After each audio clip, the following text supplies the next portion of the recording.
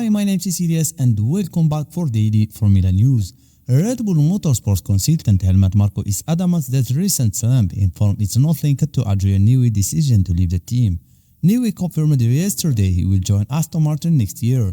He made his decision to step down in the Japanese Grand Prix in April, and Red Bull announced his departure ahead of Miami GP. The season will going well for Red Bull at that point. As they arrived in Miami, Max Verstappen has won all but of the first 5 races and led the way from pole position in Australia before being stuck by a rare technical fault. Since then, life has got more difficult for the reigning Constructors' Championship.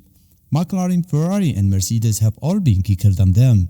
At times and on some occasions, such as the last race at Monza, all 3 were ahead of them. McLaren have emerged as Red Bull's strongest opponent and are poised to overtake them for the lead of Constructors' Championship. Last week, Marko assessed the timing of Newey's departure was merely a coincidence. He said, "Of course, there is an opinion among fans that our relapse has something to do with Adrian Newey's departure, but that is not true, because Newey was no longer involved in all of the details for the vehicle development in the spring."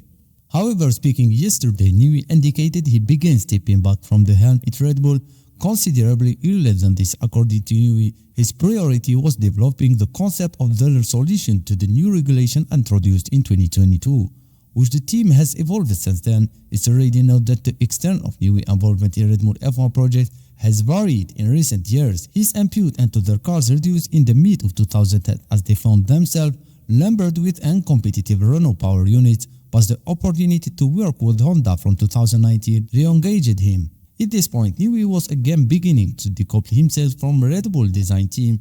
It's now very mature team, so I felt able to. Also, we go through the peak of the research and design of the 2020 car. The big regulation changed car to step back a little bit. The 23 and this year's car are very much evolution of what first 2020 car. Red Bull problems these years began as they started work on developing the RB20 design. They are far from the only team to have encountered problem with upgrades not working the way they were intended to. New future team Aston Martin had the same problem, and so had Ferrari. Mercedes are still trying to understand the effect of new floor they introduced at the Belgian GP. The intricate floor design permitted since 2022 have proved exceptionally difficult to master. Newey believes there are some aspects of Red Bull car that its rivals still haven't fully suited. Even after Sergio Perez's 2023 Monaco shan't give them a clear view of the RB19 and their side. But whether or not Red Bull would have found themselves in the trouble there before Newey stepped back is now of secondary importance to them.